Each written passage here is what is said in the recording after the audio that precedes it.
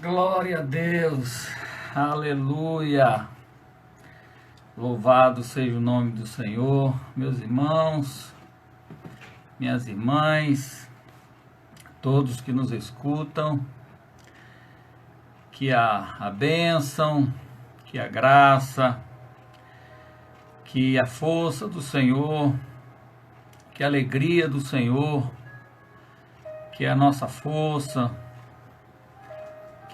que a sua misericórdia, que o seu amor, a sua graça, a sua paz, a paz que excede todo o entendimento, esteja reinando em tua vida, em teu coração, em nossas vidas, em nossos corações, nesta noite.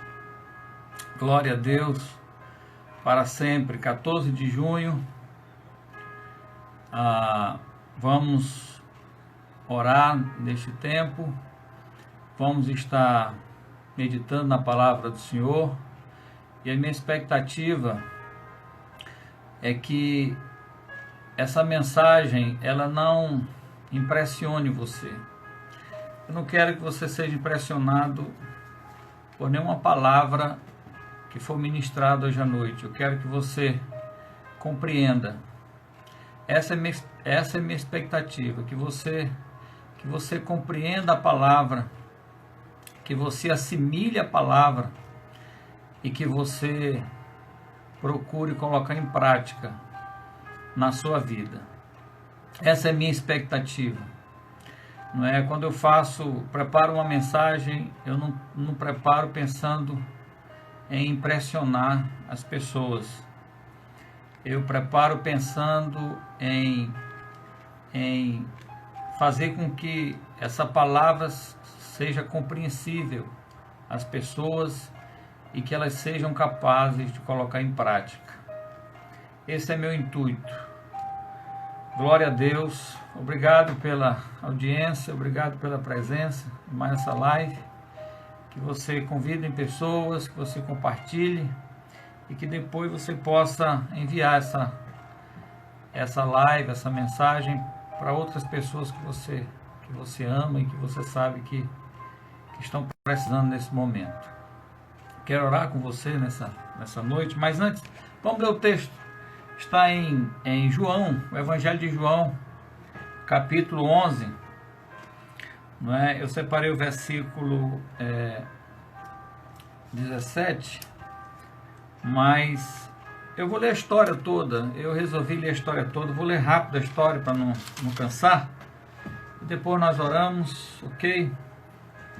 Uma história bastante conhecida, um fato que aconteceu numa família interessante e que a partir dessa história eu me senti motivado em preparar algo para trazer para todos vocês hoje à noite e que também vai servir para nós aqui do outro lado. O Evangelho de João, capítulo 11, conta a seguinte história. Estava enfermo Lázaro de Betânia, da aldeia de Maria e de sua irmã Marta. Esta Maria, cujo irmão Lázaro estava enfermo, era a mesma que ungiu com bálsamo o Senhor e lhe enxugou os pés com seus cabelos. Mandaram, pois, as irmãs de Lázaro dizer a Jesus: Senhor, está enfermo aquele a quem amas. Ao receber a notícia, disse Jesus: esta enfermidade não é para a morte, e sim para a glória de Deus, a fim de que o Filho de Deus seja por ela glorificado. Ora, amava Jesus a Marta e a sua irmã e também a Lázaro. Quando, pois, soube que Lázaro estava doente, ainda se demorou 2 dias no lugar onde estava. Depois disse aos seus discípulos: vamos outra vez para a Judéia. Disseram-lhe os discípulos: Mestre, ainda agora os judeus procuravam apedrejar-te, e voltas para lá? Respondeu Jesus: não são 12 horas do dia? Se alguém andar de dia, não tropeça, porque vê a luz deste mundo. Mas se andar de noite, tropeça, porque nele não há luz. Isto dizia e depois acrescentou: Nosso amigo Lázaro adormeceu, mas vou para despertá-lo. Disseram-lhe, pois, os discípulos: Senhor, se dorme, estará salvo. Jesus, porém, falara com respeito à morte de Lázaro, mas eles supunham que tivesse falado do repouso do sono. Então Jesus lhe disse claramente: Lázaro morreu, e por vossa causa me alegro de que lá não estivesse, para que possais crer. Mas vamos ter com ele. Então Tomé, chamado Dídimo, disse aos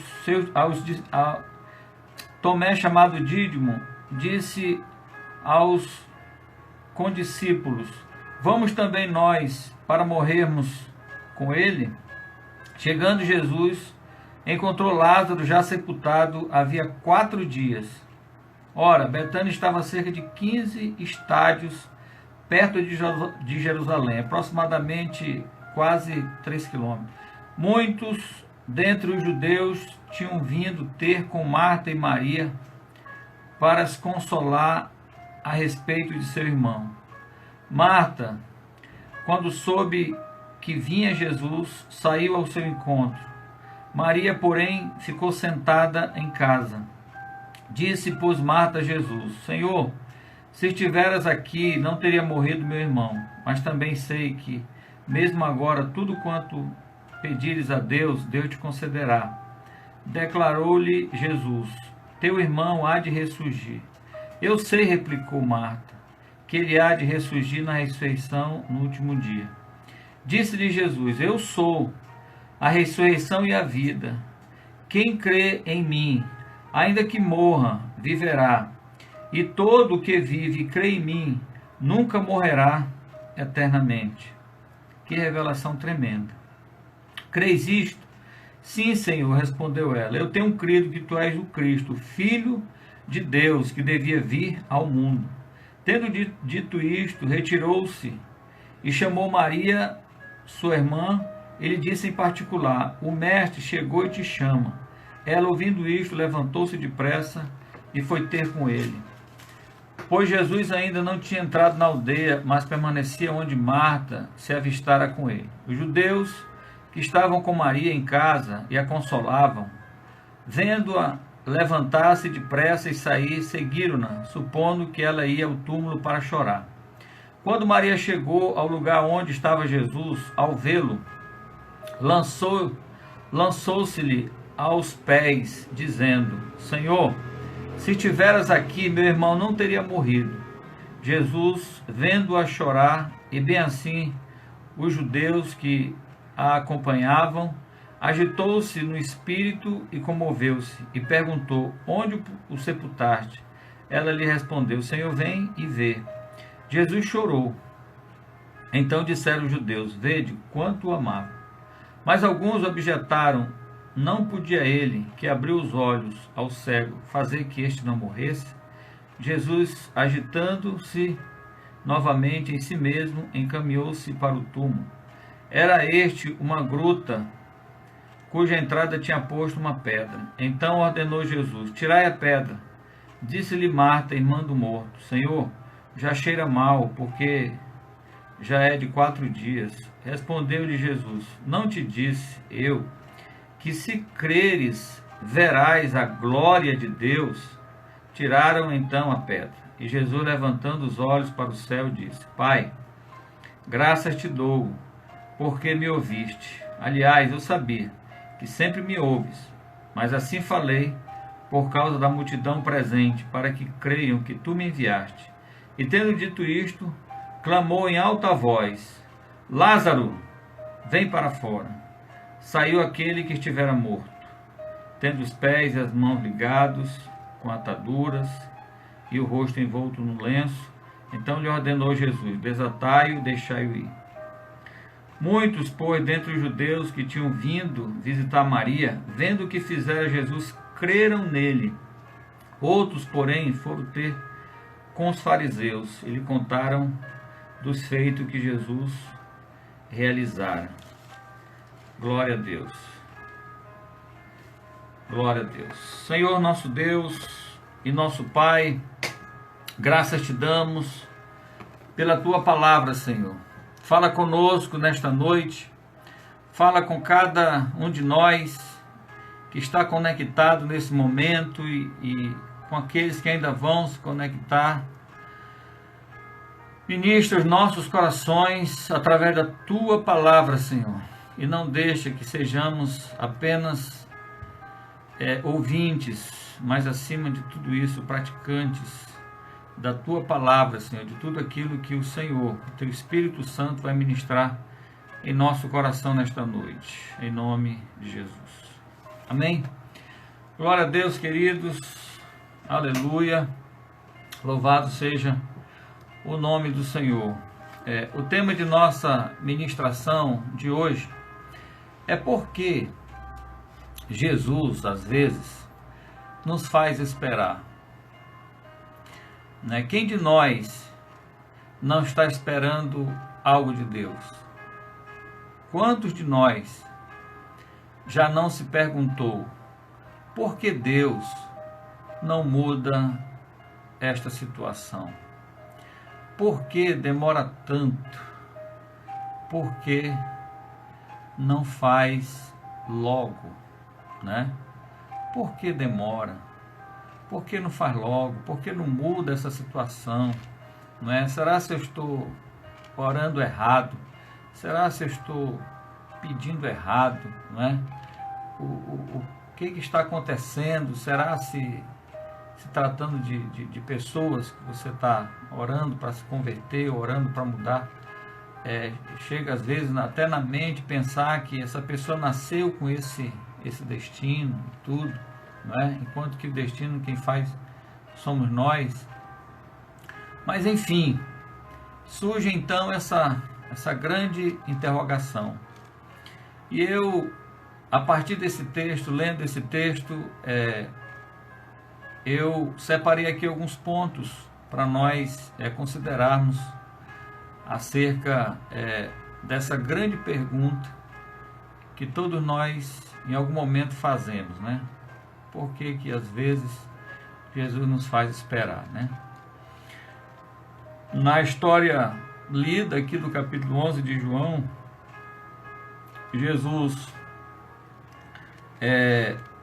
Marta e Maria estavam aflitas porque Lázaro, seu irmão, estava enfermo. E elas tinham um amigo muito chegado, um amigo que tanto Marta, Maria e Lázaro, todos eles amavam o Senhor Jesus, e o Senhor Jesus também amava a eles. Afinal de contas, era um lugar que Jesus sempre se hospedava. E de repente Lázaro adoeceu e elas chamaram algumas pessoas e disseram: vão lá, chegue lá para Jesus. Não digam que Lázaro somente está doente, diga assim: aquele a quem ele ama está enfermo. Ora, se você e eu ouvíssemos uma mensagem dessa, alguém chegasse na sua casa, na minha casa, e dissesse: olha, aquele a quem tu muito ama, pastor, está muito enfermo, ou na sua casa, o que você faria? Você largaria tudo e sairia correndo e iria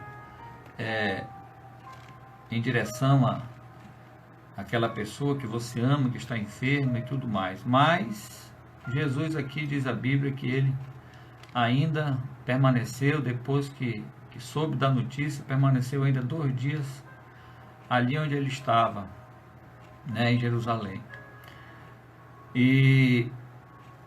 Mas logo em seguida ele diz que aquela enfermidade que estava acontecendo na vida de Lázaro não seria para a morte, mas aquela enfermidade seria para a glória de Deus.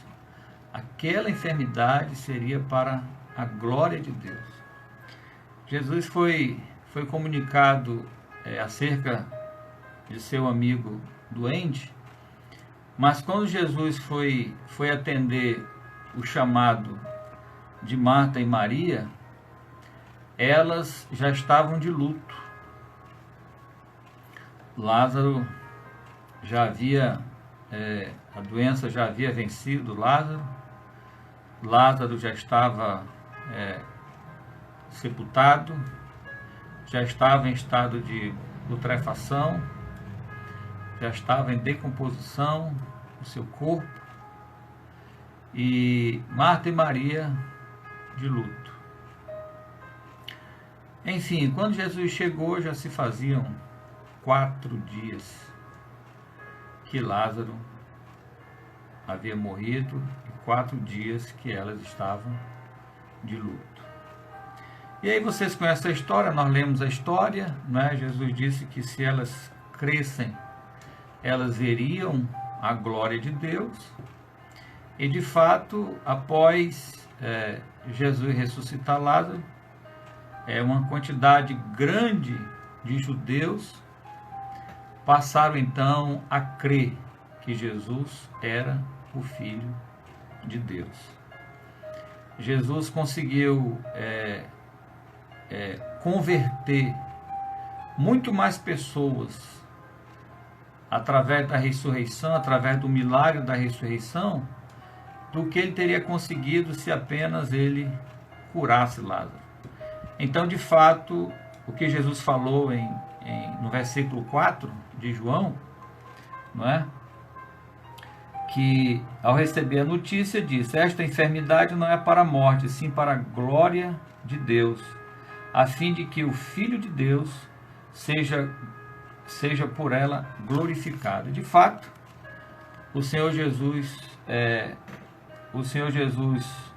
foi glorificado, Deus foi glorificado, e Deus ali, e Jesus então ali, ainda que tenha feito Marta e Maria esperarem, para Marta e Maria Jesus estava tardando, né? Para elas Jesus estava tardando, mas eu, quando era criança, eu ouvia as pessoas dizerem assim: Deus tarda, mas não falha. Mas depois, observando a palavra de Deus, eu descobri que Deus nem tarda e nem falha. Deus, ele chega na hora certa.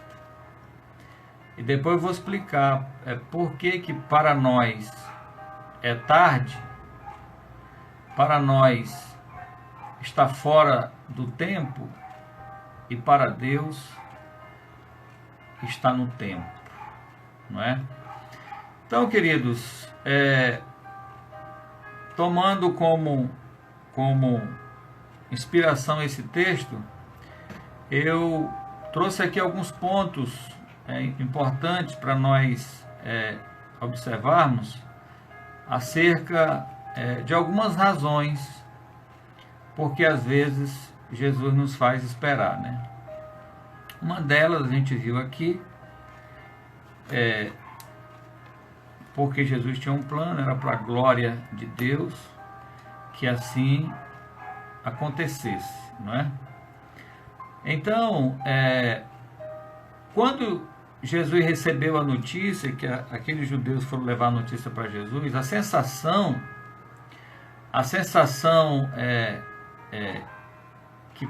que aparentava ser que quando Jesus resolveu demorar após a notícia da doença de seu amigo, parecia que Jesus ele estava com falta de misericórdia. A sensação é que Jesus ele não esboçava nenhuma compaixão, não é? Nenhum amor diante daquela situação. Mas depois explicou, não é questão de falta de misericórdia, não é falta de amor, não é falta de compaixão, é porque há um propósito nisso, não é? Há um propósito. Essa situação toda, ela está envolvida dentro de um propósito. Essa situação é para a glória de Deus, não é? Então, o primeiro ponto, né, que eu quero chamar a atenção é por que Jesus às vezes às vezes nos faz esperar. Em primeiro lugar, é importante nós termos em vista o seguinte, e aqui está o primeiro ponto. Primeiro, porque Ele é Deus. Ele é Deus e Senhor. A Bíblia diz no Salmo 24, versículo 1, ao Senhor pertence a terra e tudo que nela se contém, o mundo e os que nele habitam. Ao Senhor pertence a terra e tudo o que nele se contém, o mundo e os que nele habitam. O Salmo 100, verso 3 diz, sabei que o Senhor é Deus, foi Ele quem nos fez e dele somos. Então é importante nós entendermos, o primeiro ponto é que Ele é Deus e Senhor. O que significa Senhor, queridos? Senhor significa dono, proprietário, significa mandatário. Isso que significa Senhor. E nós não podemos perder de vista que o Senhor, Ele é o Senhor. E nós somos servos. O Senhor é o Criador. E nós somos criaturas, não é? Então, Ele como Senhor, Ele é Senhor do tempo. Deus não está condicionado à mesma atmosfera do tempo em que nós estamos. Deus não está limitado a tempo. O relógio de Deus é totalmente diferente do nosso relógio. O tempo de Deus é totalmente diferente do nosso tempo. Deus tem o domínio de todas as coisas, inclusive o domínio do tempo. Ele é Senhor, Ele é Senhor do tempo. O tempo está submisso ao Senhor, não é? O Senhor, Ele também é Senhor da sua própria vontade. Existe uma coisa chamada de vontade soberana, que é a vontade própria de Deus. É aquela vontade que é soberana, que ninguém muda. A vontade soberana de Deus é a vontade em que Deus não negocia. É aquela vontade escrita, aquela vontade que está escrito. Quando Judas traiu Jesus, ele disse, Judas, tu traís o Filho do Homem, mas eu vou, como está escrito ao meu respeito. Ou seja, Jesus veio para cumprir a vontade soberana de Deus. Tanto é verdade que quando ali no Getsêmani, ele se encontrou, no ápice da grande responsabilidade do pecado da humanidade, ali o oprimia, ali o sufocava, como homem que ele era. Sentiu-se uma angústia tão profunda que o seu suor transformou-se como gotas de sangue. Ele orando a Deus, e ele pediu 3 vezes para que, se fosse possível, que aquela situação, aquele cálice, aquela morte, ele não bebesse, ele não passasse, não é? Se haveria uma outra forma de Deus redimir a humanidade. Mas ali Jesus estava diante da vontade soberana de Deus, a vontade escrita de Deus na palavra. Então aquela vontade escrita de Deus na palavra precisava se cumprir. E daí Jesus, concordando com o seu Pai, disse, então que seja feita a sua vontade. Então ali está a vontade soberana de Deus, não é?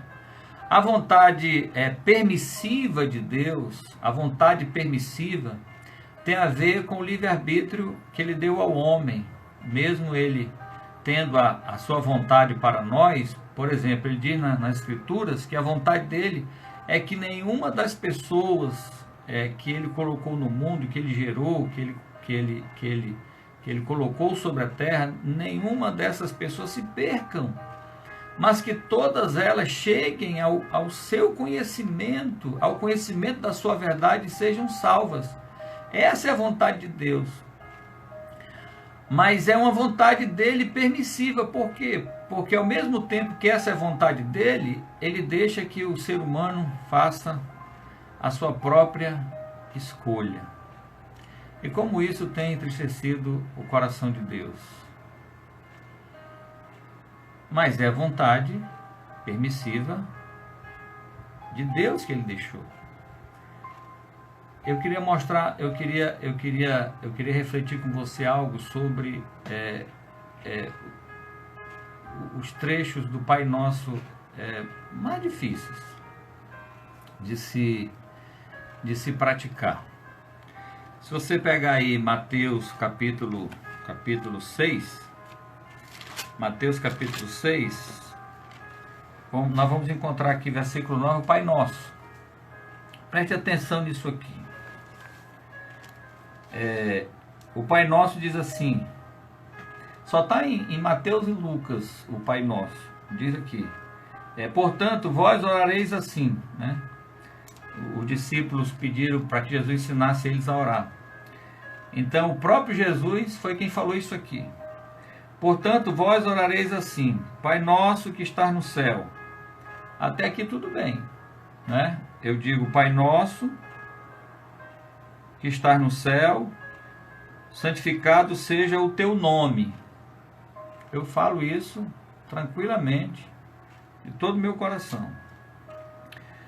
Versículo 10. Venha o teu reino. Já começou a apertar o negócio aqui. Venha o teu reino. Faça-se a tua vontade, assim na terra como no céu. Faça-se a tua vontade, assim na terra como no céu. Isso aqui é uma oração, não é? Isso aqui é um modelo de oração. Não significa que todas as vezes que eu vou orar a Deus, eu tenho que recitar isso aqui como um karma. Não. Mas são palavras de Jesus. Ele diz, quando você estiver orando, diga assim, venha o teu reino. E diga assim, que seja feita a tua vontade, assim na terra, como no céu. Ou seja, Senhor, a gente vive se debatendo entre a nossa vontade com a vontade de Deus. Nós dizemos e aprendemos o Pai Nosso, e alguns têm costume somente de recitar o Pai Nosso, mas infelizmente vive totalmente na contramão do Pai Nosso. Primeiro que não permite que a vontade de Deus seja feita na sua vida. Até diz da boca para fora o Pai Nosso e repete essa frase, faça-se a tua vontade, assim na terra como no céu.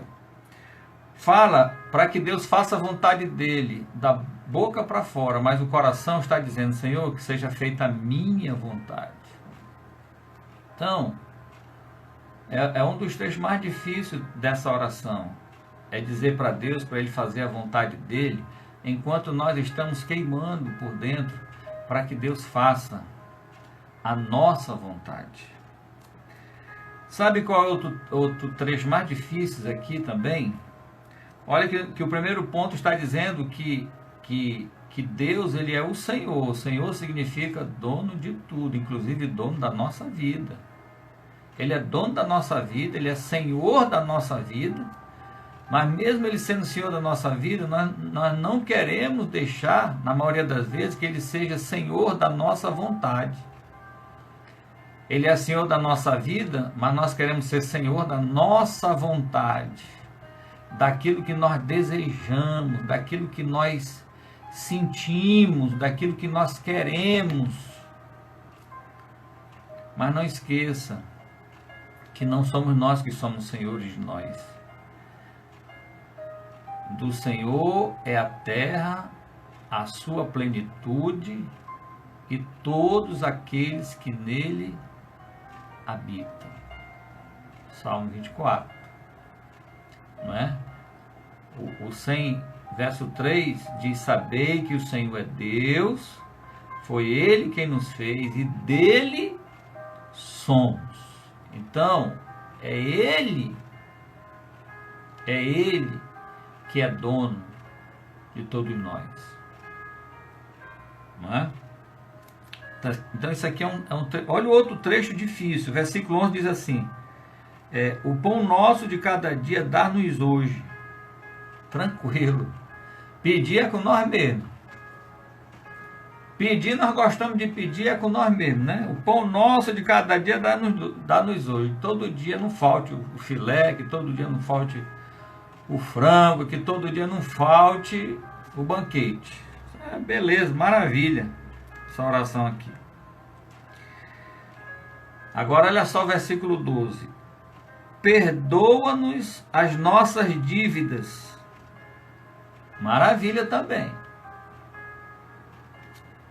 Gostamos de ser perdoados. É uma maravilha quando Deus ele perdoa as nossas falhas, quando Deus perdoa as nossas fraquezas. É maravilhoso pedir de Deus que Ele nos perdoe, não é? E a gente tem essa expectativa de ser perdoado. Mas só que na parte B do versículo diz assim: assim como nós temos perdoado aos nossos devedores. É fácil perdoar? Não é fácil perdoar. É bem verdade que tem pessoas que têm um pouco mais de facilidade para liberar perdão. Mas na maioria dos casos é difícil perdoar. Porque a sensação do perdão é que o perdão ele vai eliminar a colheita daquilo que a pessoa fez. A sensação do perdão é que aquela pessoa vai ser alforriada, né? Ela vai ser livre das consequências do ato que ela fez. E sem contar o sentimento de vingança, que quem é ofendido tem essa sensação de querer se vingar. Mas quando que na realidade o perdão é para nos fazer livre daquela pessoa, é para nos fazer livre daquilo que a pessoa fez, que enquanto nós não perdoamos, fica se reproduzindo e se repetindo dentro de nós. Agora, o versículo 14, dê uma olhada no versículo 14. O que Jesus ensina? Porque se perdoardes aos homens as suas ofensas, também vosso Pai Celeste vos perdoará. Se, porém, não perdoardes aos homens as suas ofensas, tampouco vosso Pai vos perdoará as vossas ofensas.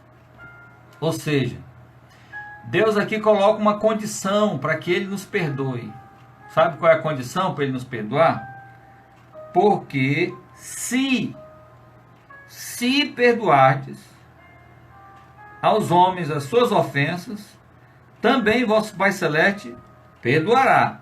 Se, porém, não perdoardes aos homens as suas ofensas, tampouco vosso Pai vos perdoará as vossas ofensas. É incrível como eu vejo gente dizendo assim: quem perdoa é Deus. Quem perdoa é Deus. Meu filho, o que foi que Jesus falou aqui? O que foi que ele falou aqui na oração? Foi assim que ele ensinou? Quem perdoa é Deus? É verdade que Deus perdoa, mas o perdão de Deus está associado à salvação da pessoa. O perdão de Deus tem a ver com a salvação da alma da pessoa. E quando alguém nos ofende e que pede perdão de nós precisamos liberar perdão para essa pessoa, porque esse perdão aqui O perdão entre as pessoas tem a ver com a cura, tem a ver com libertação. Não tem a ver com salvação, tem a ver com libertação, tem a ver com cura. Então, pare dessa história de dizer assim, quem perdoa é Deus. Eu não perdoo ninguém. Quem perdoa é Deus. Isso é ignorância. Pare com isso. Pare com isso, porque essas palavras aqui são palavras que Jesus nos ensinou. E Ele nos ensinou a perdoar as pessoas que nos ofendem. E quando você perdoa essas pessoas que têm te ofendido, Ele diz que Ele também perdoa você. Por quê? Porque quem não tem pecado? Quem não tem pecado, que atire a primeira pedra. Todos nós somos pecadores. Há momentos que nós somos ofendidos e há momentos que nós ofendemos. Há momentos que nós somos feridos e há momentos que nós ferimos. Não é? Quando alguém nos fere, nós não queremos perdoar. Nós queremos é vingar. Ah, mas não merece o meu perdão. Ah, mas eu quero é que se lasque. Alguém te feriu, você não quer perdoar. Quer que se lasque. Diz que não merece o seu perdão, beleza. E quando você fere, quando é a sua vez de ferir, quando é a sua vez de falhar contra Deus e contra as pessoas também. Ah, mas você precisa, você busca, Senhor, me perdoa meus pecados. Perdoa meus pecados. É de noite, você quando vai dormir, né?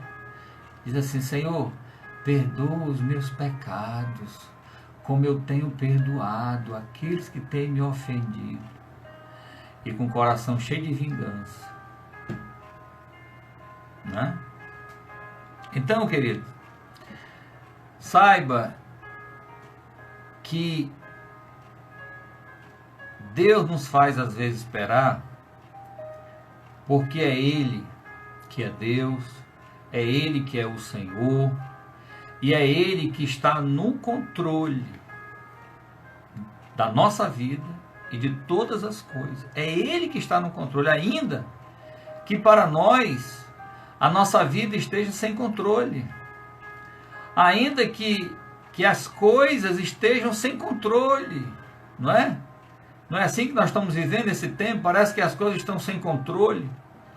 Alguns governadores, em vez de estar militando em favor da saúde da população, está tirando proveito dessa pandemia, né? Alguns estão subtraindo verbas que deveria ser investido na saúde, no combate a essa pandemia, estão tirando proveito, né? Alguns funcionários públicos também estão tirando proveito.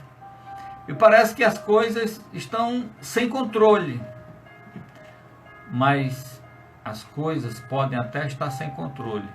Mas Deus, Ele está no controle.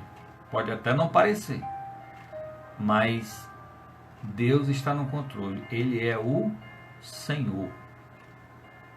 Glória a Deus.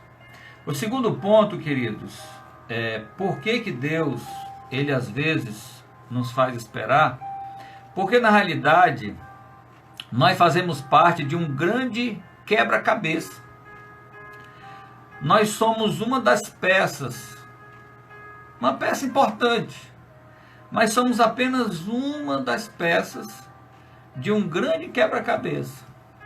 Lembra o que Jesus fez nessa história que nós lemos aqui?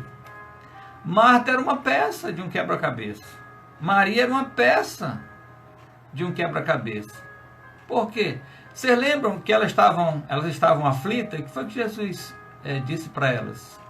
Se vocês crerem, vocês verão a glória de Deus. O que Jesus estava fazendo com essa peça, com essas duas peças? Estava provocando o exercício da fé. Estava treinando a fé de Marta e Maria. E colocando essas duas peças no quebra-cabeça. Lázaro era outra peça do quebra-cabeça.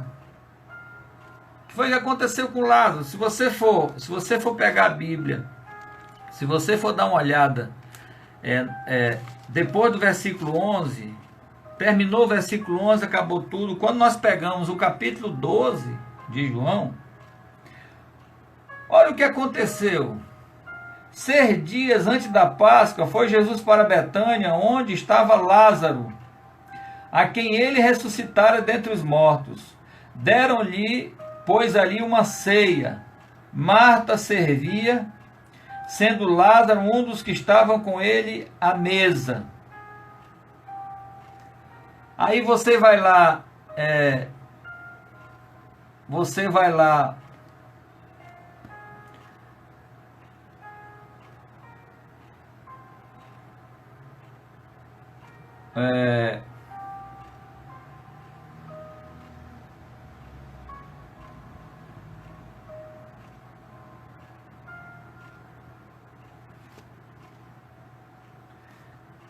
você desce um pouquinho aqui, no versículo 9, diz assim: soube numerosa multidão dos judeus que Jesus estava ali, com Lázaro jantando, e lá foram, não só por causa de Jesus, mas também para verem Lázaro, a quem ele ressuscitara dentre os mortos. Verso 11, porque muitos dos judeus, por causa dele, por causa de quem? Por causa de Lázaro, voltaram crendo em Jesus. Quando a multidão de judeus incrédulos olhavam para Lázaro, eles estavam vendo o milagre ao vivo. Ali estava um homem que saiu de uma sepultura intacto, mas que antes estava em decomposição. Ali estava um milagre. Então, na realidade, Lázaro era outra peça do quebra-cabeça de Deus.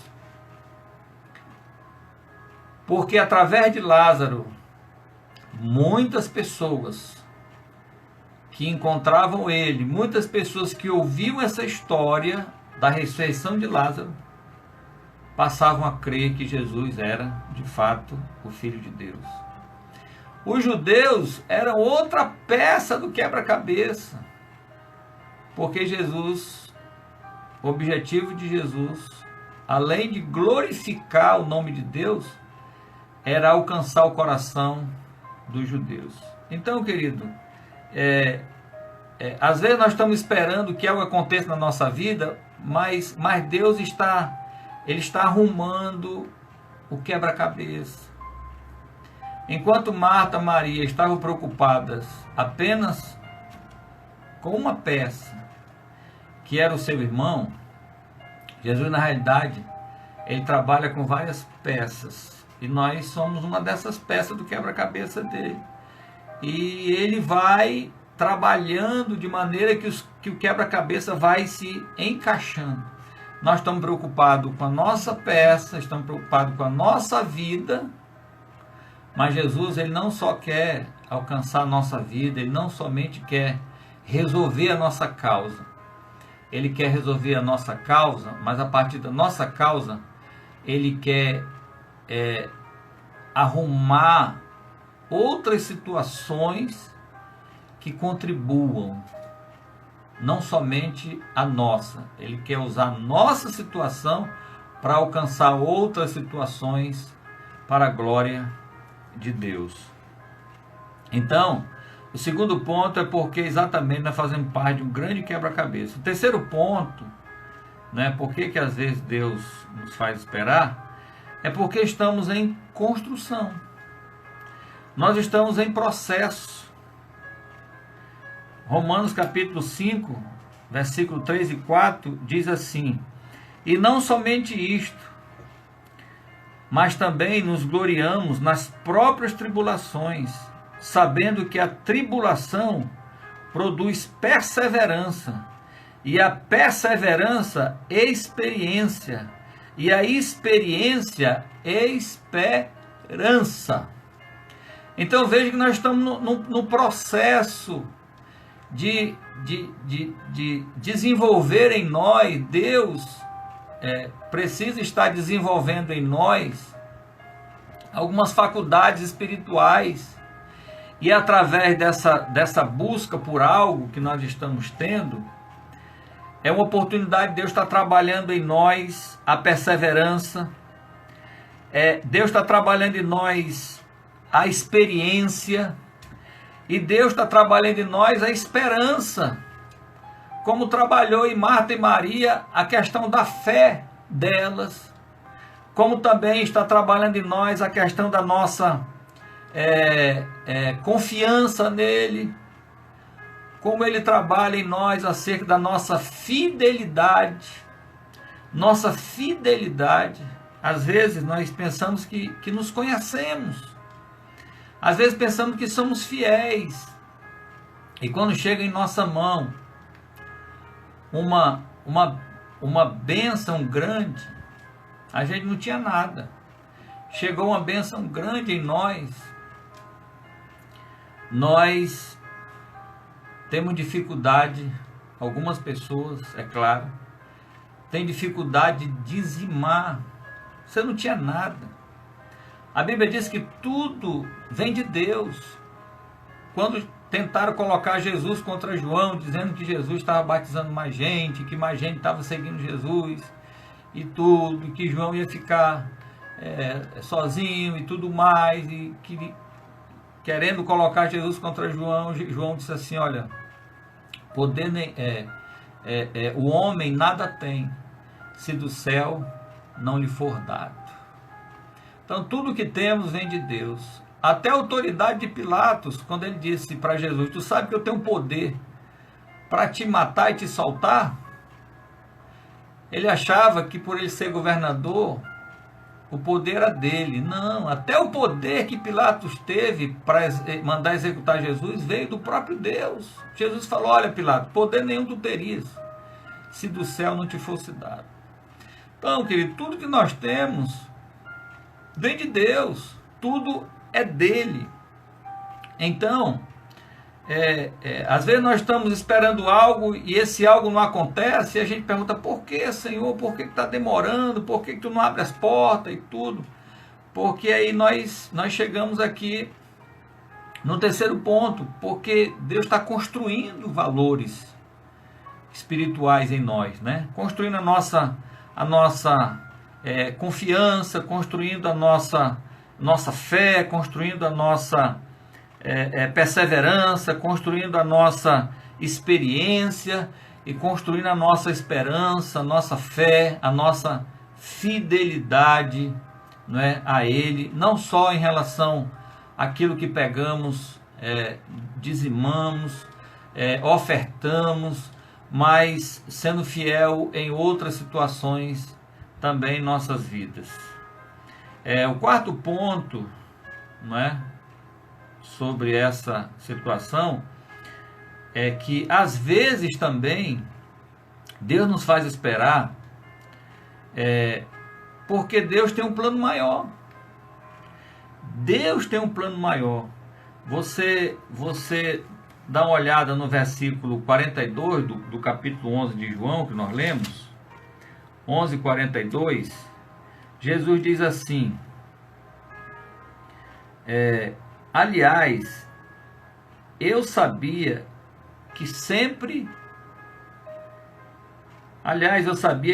me ouves, mas assim falei por causa da multidão presente, para que creiam que tu me enviaste. E tendo dito isto, clamou em alta voz: Lázaro, vem para fora. Saiu aquele que estava morto, tendo os pés e as mãos ligados com atadura em volta, e o rosto envolto no lenço.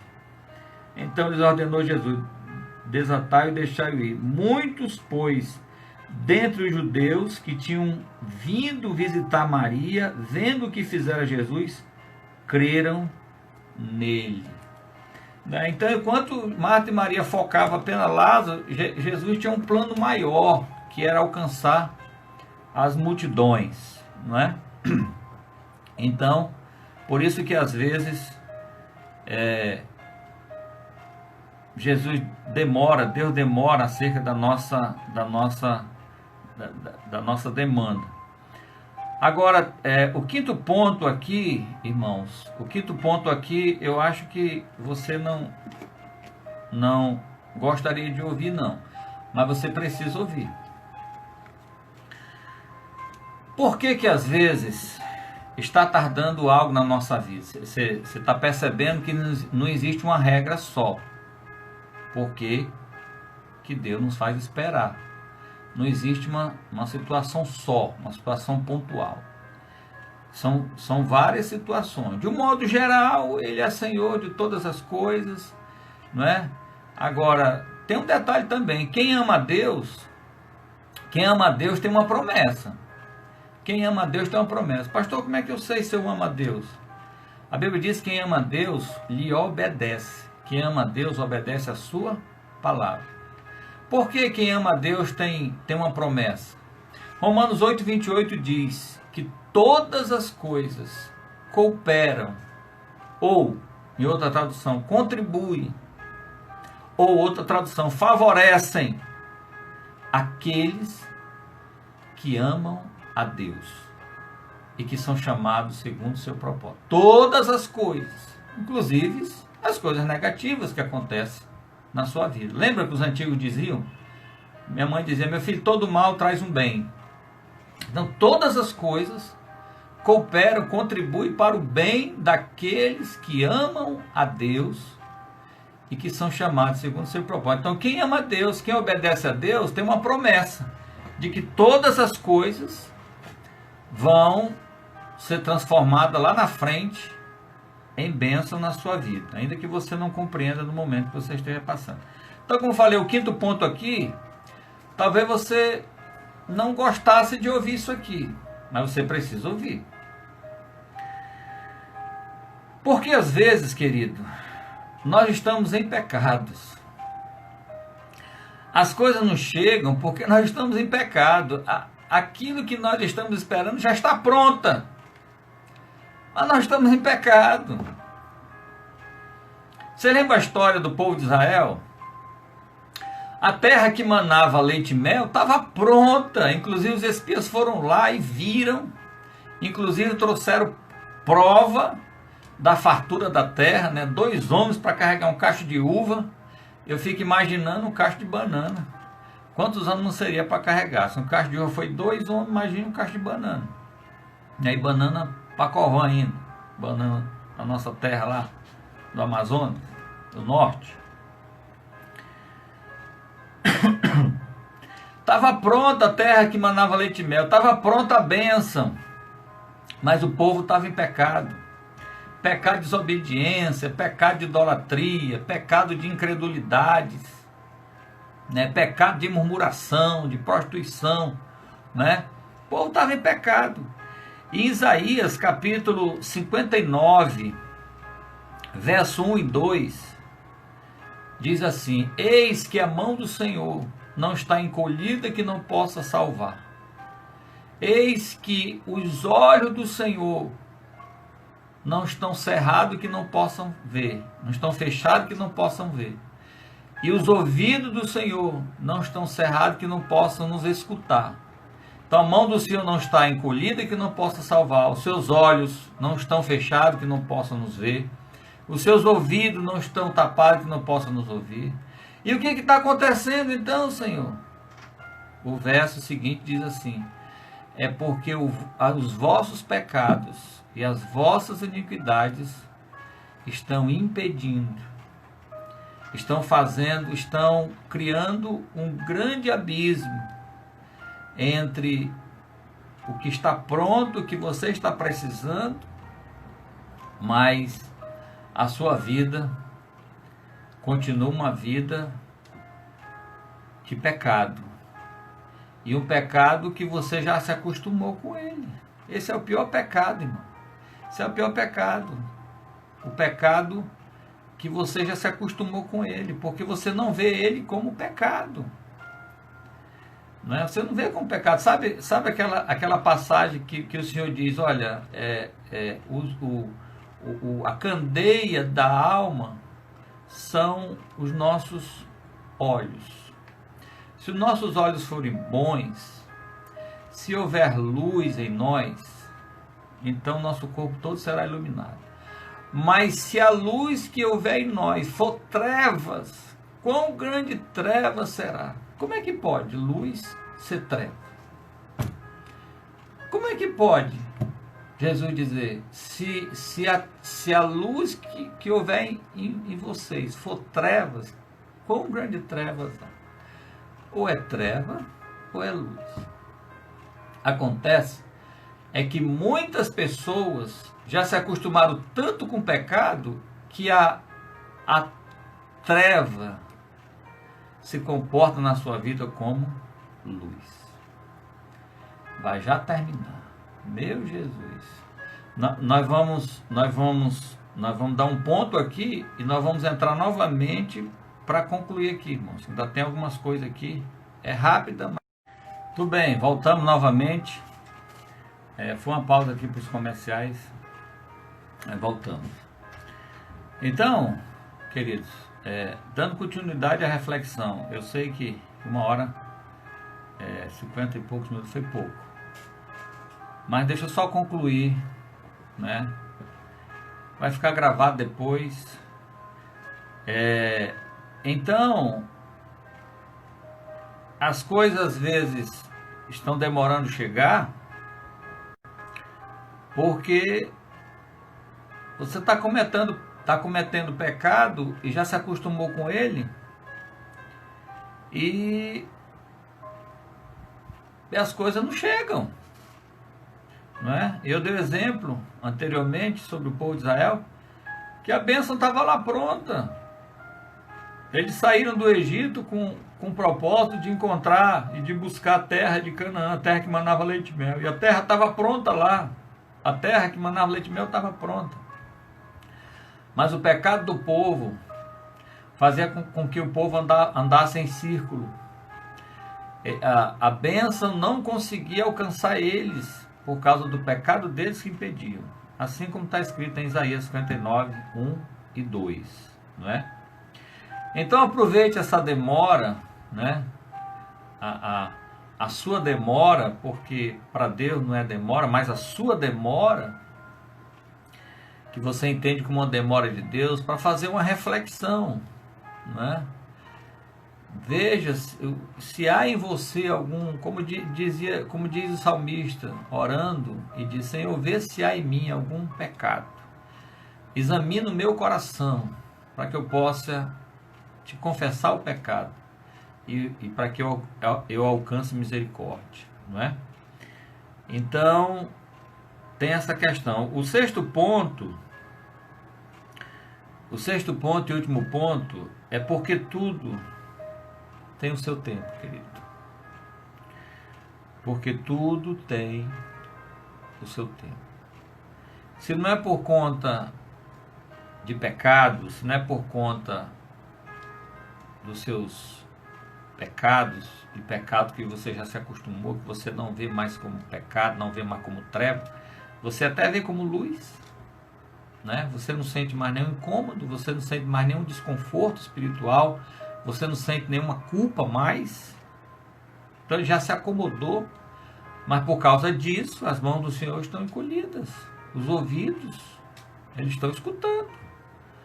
Eles estão escutando, o Senhor está escutando o seu pedido, o Senhor está vendo você, a mão dele está pronta, mas o pecado impede da bênção chegar. Então, o sexto ponto, que tudo tem o seu tempo, né? Como eu falei, tirando essa questão do pecado, então tudo tem o seu tempo. Eclesiastes capítulo 3, versículo 1, diz assim, ó, tudo tem o seu tempo determinado e há tempo para todo o propósito debaixo do céu. Então, tudo tem o seu tempo determinado e há tempo para todo o propósito debaixo do céu. Eclesiastes capítulo 3, versículo 1. E o capítulo 8, ainda de Eclesiastes, versículo 6, diz assim: porque para todo o propósito há tempo e modo. Porque para todo o propósito há tempo e modo. Queridos irmãos, e todos aqueles que podem me ouvir, deixa eu dizer algo para vocês. Algo que eu creio.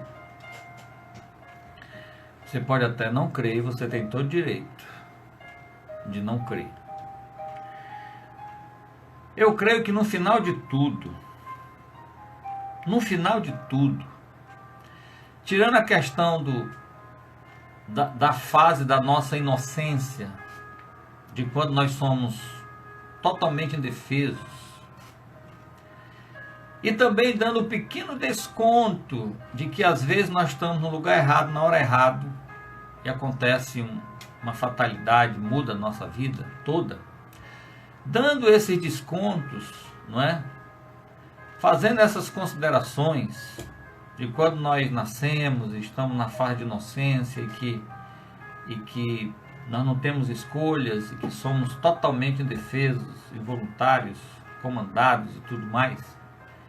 E também a questão de alguma fatalidade, então, dando esse desconto, eu vou dizer para vocês o que eu penso. Todos nós temos a vida que merecemos. Essa é a verdade.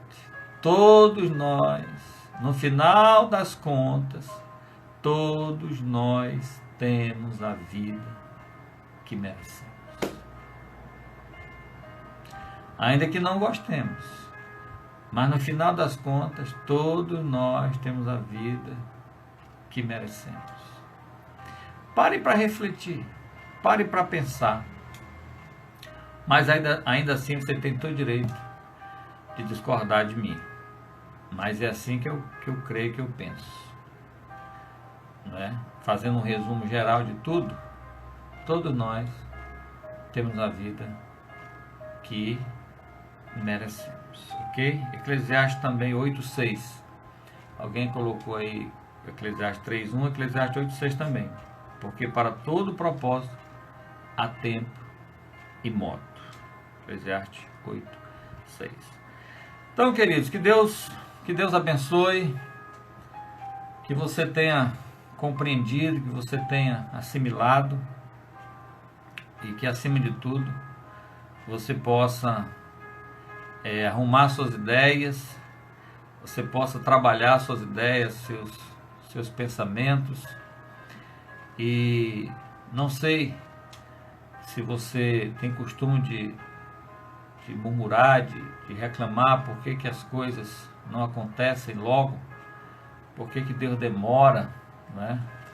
Dê uma examinada primeiro em você e depois entenda que o Senhor, nós existimos para a glória dele, que ele é o Senhor de tudo, e que o segundo ponto é que nós fazemos parte de um quebra-cabeça, nós somos uma das peças de Deus nesse quebra-cabeça.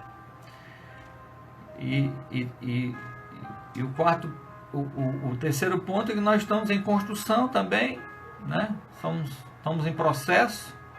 Deus está desenvolvendo em nós, né, algumas habilidades espirituais que nós precisamos para vencer essa maratona, né? Essa caminhada aqui, terreno. E você também entenda que às vezes a nossa vida está em descompasso com a moral de Deus, mas também o último ponto é que tudo tem o seu tempo. Amém? Deus nos abençoe. Espero ter ajudado aí a sua vida, ter contribuído para a edificação espiritual da tua vida. Em nome de Jesus. Fique firme. Não se desespere. essa situação está passando e aproveite para tirar lições desse tempo para a sua vida, não é? Aquele que é fiel seja mais fiel, e aquele que não é fiel vai continuar pior ainda.